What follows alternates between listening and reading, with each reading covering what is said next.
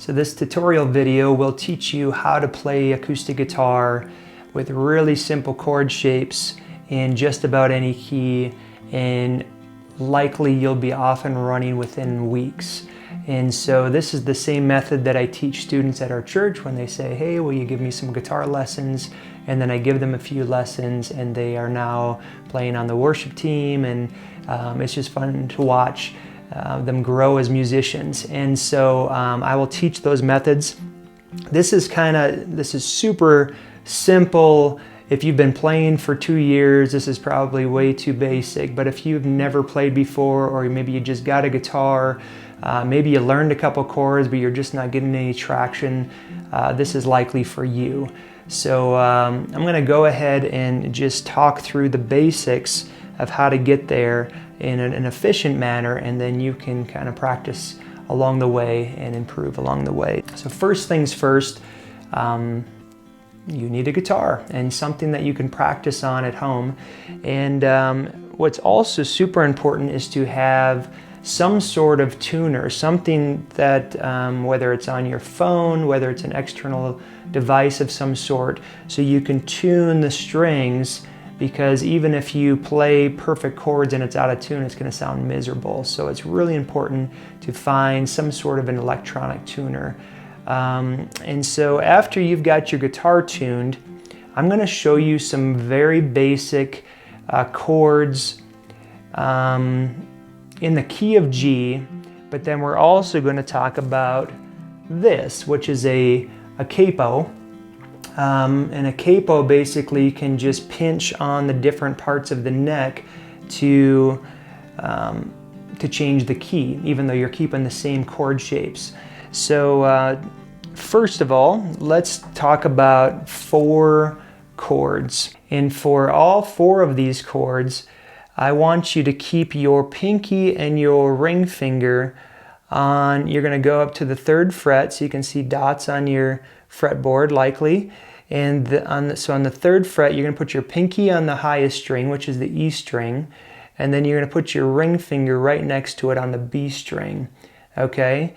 And then you're going to take your middle finger and you're going to go all the way to the lowest string on the 3rd fret, and you're going to put your index finger on the 2nd fret on that A string, on the 2nd string.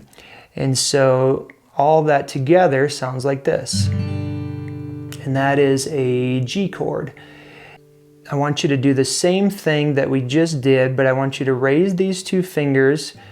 You were right there, and now we're going to go right here. So you've got the middle finger on the 3rd fret on the A string, and the index finger on the 2nd fret on the D string.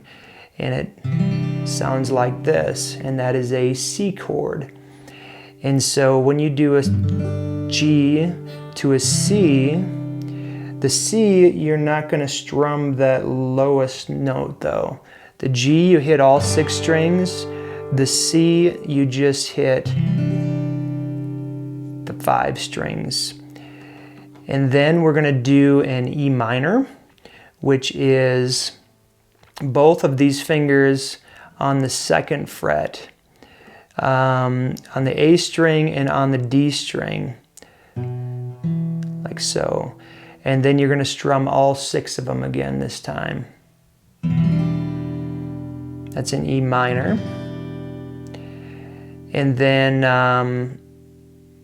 we're going to learn a D shape. And technically, these are not the actual C and E minor. That's probably an E minor 7, and then this is going to be a D suspended. But for just simplicity's sake, we're just going to call that an E minor, and we're going to call this a D, which is the next one. So we're going to keep, again, these 2 fingers right where they're at, and then you're going to take your, could do either one, I guess, but I think it's maybe more comfortable if you have your index finger.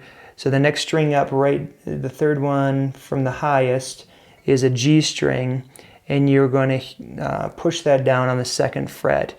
And on the D chord, you're not going to strum these lowest 2 strings. You're only going to strum the highest 4. So it sounds like this. Okay? And so just one more time for review, we've got a G, we've got a C, we've got an E minor, and we've got a D. And so my encouragement is learn those 4 chord shapes and just do your best. Strumming takes a little while to kind of figure out, but you could do simple, just like 4 strums for each one.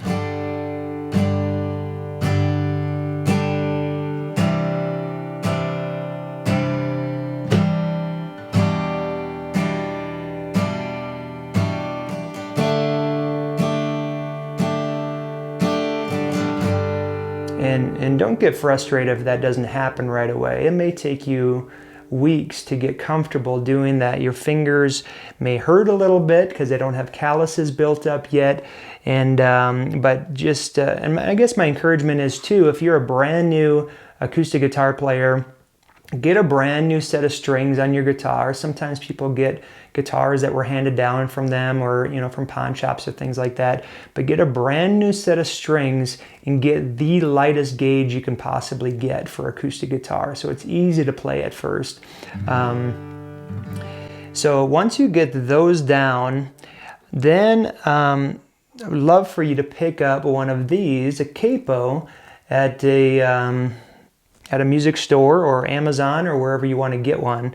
And let me show you what this does. So again, we were playing in the key of G to start with, but let's say you wanted to play a song in the key of A. Well, those are totally different chords than the key of G. But if we take this Capo and we place it on the 2nd fret, and it holds all these strings down, and then we do the same chords,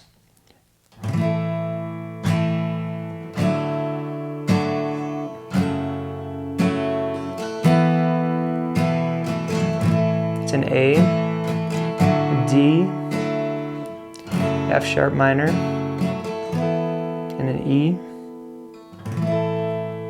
And so you've just learned how to play in the key of A. And the same thing goes for if you want to do the key of B.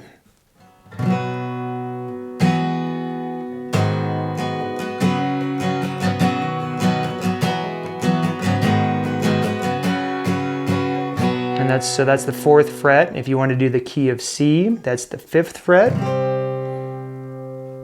If you want to do the key of D, that's the 7th fret. And if you want to do the key of E, you go all the way to the 9th fret, which is kind of high, but still is doable. And that's probably about as high as I'd recommend going, but that gets you started. I mean, you can play, especially if you're playing songs in the church, you can play probably 90%, at least in our church, 90% of the songs that we play in our church with these chord shapes and just moving the capo around to the appropriate key. So hopefully that's helpful. I'd love to hear in the comments if this is working for you, or if you have questions, or if there's just any other ideas that you think are helpful for learning this method. So hopefully that's a useful start for those of you looking to learn how to play acoustic guitar. I'd love to hear in the comments how it's working for you, if this method is working, and just kind of what you're accomplishing, and maybe even what struggles you're having too. And if there's anything I can help with, I'd be happy to. So thanks for watching, and just keep on playing.